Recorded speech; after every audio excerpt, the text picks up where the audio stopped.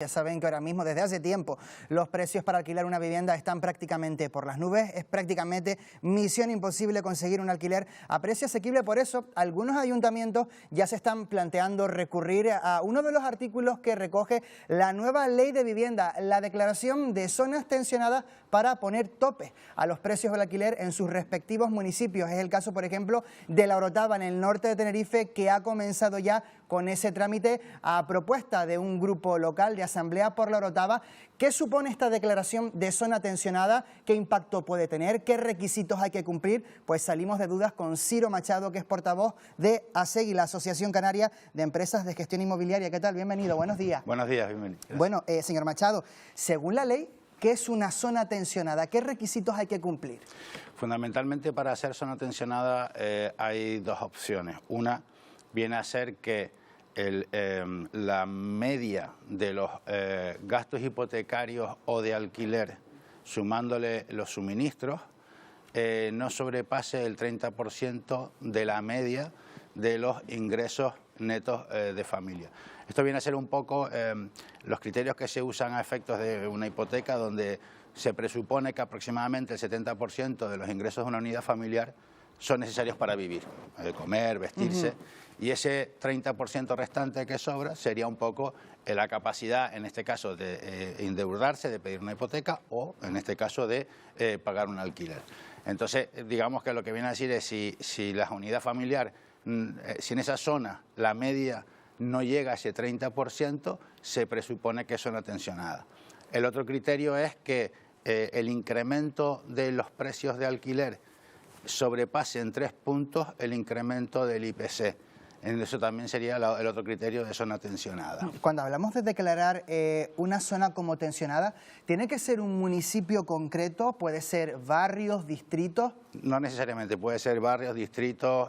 La ley habla precisamente de zonas tensionadas, identificando que dentro de un municipio puede haber zonas tensionadas y zonas que no lo son, y se identifica, y es un poco la decisión, el criterio de quien lo solicite. Cierto es que para solicitarlo, pues la propia ley identifica que hay que basarlo en una serie de estudios y criterios, que no es una decisión que se pueda tomar así como así, ¿no? Ahora mismo en Canarias, en líneas generales, ¿qué zonas podrían cumplir esos requisitos para ser declaradas como zonas tensionadas? Seguramente casi todas las, dentro de lo que son las grandes ciudades, los núcleos prácticamente todos, ¿no? Estamos hablando de que desde la entrada en vigor de la ley los precios de alquiler han subido, pero el récord precisamente ha sido en Santa Cruz de Tenerife, que subió un 10% en 3 meses. Asumiendo eso, prácticamente casi todas las zonas principales de núcleos residenciales se podrían tener como zonas tensionadas. Habría que, repito, los criterios hay que identificarlos, pero vamos, sí, Canarias expresamente dentro de España tenemos una situación más complicada, más tensionada, podríamos decir, que el resto de España. ¿Y por qué esa tensión más agudizada aquí en Canarias que en el resto del país? Son muchas cosas que se juntan. La primera, lógicamente, es una cuestión geográfica. Nuestra capacidad de crecimiento no es el mismo que otras zonas de España, que geográficamente tienen espacio para crecer. Dicho esto, tenemos el peso de la parte turística, tenemos el peso de la vivienda vacacional, tenemos el peso de los nómadas digitales, tenemos un montón de factores que afectan fundamentalmente a que esos alquileres hayan subido. Pero fundamentalmente, el factor principal es que las administraciones públicas llevan sin generar vivienda pública, vivienda asequible, infinidad de años. De hecho, la oferta, la demanda es mucho más grande que la oferta, pero es que encima la oferta no va en línea con las necesidades de la demanda. Y eso pasa porque las administraciones tienen que tomar medidas en ese sentido. ¿Quién debe solicitar la declaración de una zona como tensionada y quién debe aprobarla? Es que eso está un poco en veremos por varios motivos. Primero, porque hay varias comunidades autónomas que han presentado recurso a la ley porque consideran que la ley se inmiscuye en las competencias autonómicas. En este caso, el Gobierno de Canarias iba a presentarlo, pero al parecer se despistaron con los plazos. Pero hay otras comunidades que lo han solicitado. En cualquier caso, lo que dice la ley son las administraciones competentes. Técnicamente, las administraciones competentes parece que es la comunidad autónoma, pero cuando lo dejas así de abierto, y estamos hablando de que las competencias en teoría son de la propia comunidad autónoma, a lo mejor mañana la propia comunidad autónoma puede decidir que sean los ayuntamientos, pero a priori la ley no especifica nada al respecto, entonces será más una cuestión a decidir todavía que algo que ya esté especificado en la ley. Ese tope del que se habla, que permite la nueva ley de vivienda con esta declaración de zona tensionada, ¿cómo se calcula? ¿Dice algo la norma al respecto? ¿Dónde puede estar ese límite?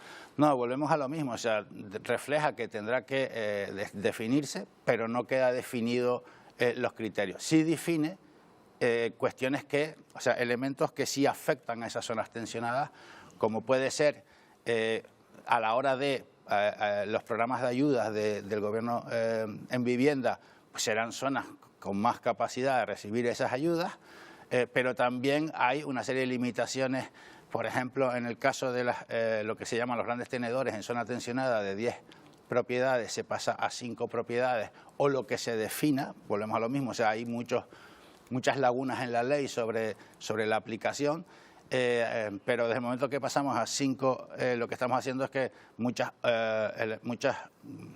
tenedores que antes no eran tenedores por 10 propiedades, ahora por 5 sí lo son. ¿Y qué ocurre con estos tenedores? Que, por ejemplo, los precios se limitan en las zonas tensionadas de tal forma que no pueden poner los precios, sino se tienen que basar en un índice que se tiene que crear, que hay de límite hasta diciembre de 2024 para crearlo. Por lo tanto, aunque mañana se decidiera que se aplicaran las zonas tensionadas, sigue sin haber elementos para aplicarla, como puede ser este índice, en el que se va a basar muchísimas cuestiones en el futuro del tema de la vivienda, ¿no? Tampoco dice nada la ley, entiendo, por lo que me está contando, como hay muchas lagunas, según usted, en la configuración de esta norma, tampoco dice cuánto tiempo podría aplicarse la declaración de zona tensionada. Sí, bueno, ahí se identifica que se hace por 3 años, con luego posibles renovaciones anuales.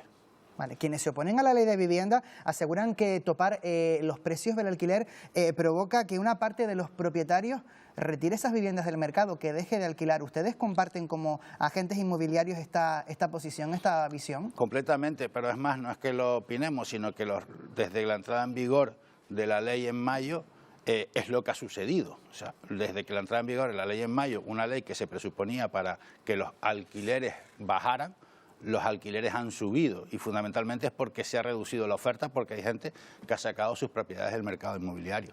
Entonces, la ley es contraproducente realmente con los objetivos que se buscaban. Entonces, señor Machado, ¿cómo se pueden regular, normalizar un poco los precios del alquiler para que tampoco estén en estos niveles desorbitados que estamos viendo?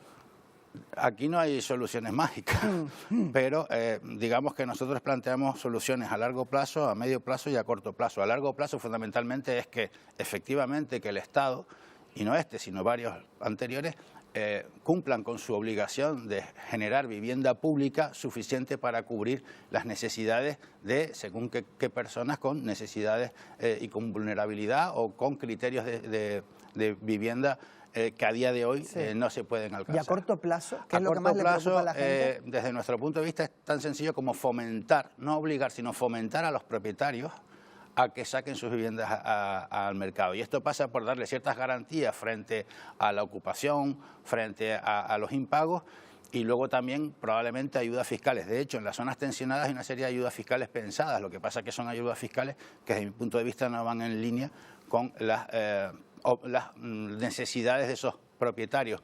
Pero fundamentalmente es sacar esas propiedades al mercado y es apoyándolos y ayudándolos, no obligándoles o prohibiéndoles o limitándoles, porque al final el miedo al impago, el miedo a la ocupación hace que muchos inquilinos hayan retirado su propiedad del mercado. ¿Qué es un miedo racional? Pues hasta cierto punto sí y hasta cierto punto no, porque es verdad que luego los niveles de impago, de ocupación no son tales, pero al final, claro, tenemos el concepto de los grandes tenedores de los fondos buitre, pero estamos hablando también de muchas personas que tienen 1 o 2 viviendas que la usan para complementar su jubilación o simplemente para dejarle algo a sus hijos, que se ven igualmente afectados negativamente por todas estas decisiones. Pues Ciro Machado, portavoz de ASEGI, la Asociación Canaria de Empresas de Gestión Inmobiliaria, muchísimas gracias por habernos acompañado esta mañana. Gracias a ustedes, buenos días.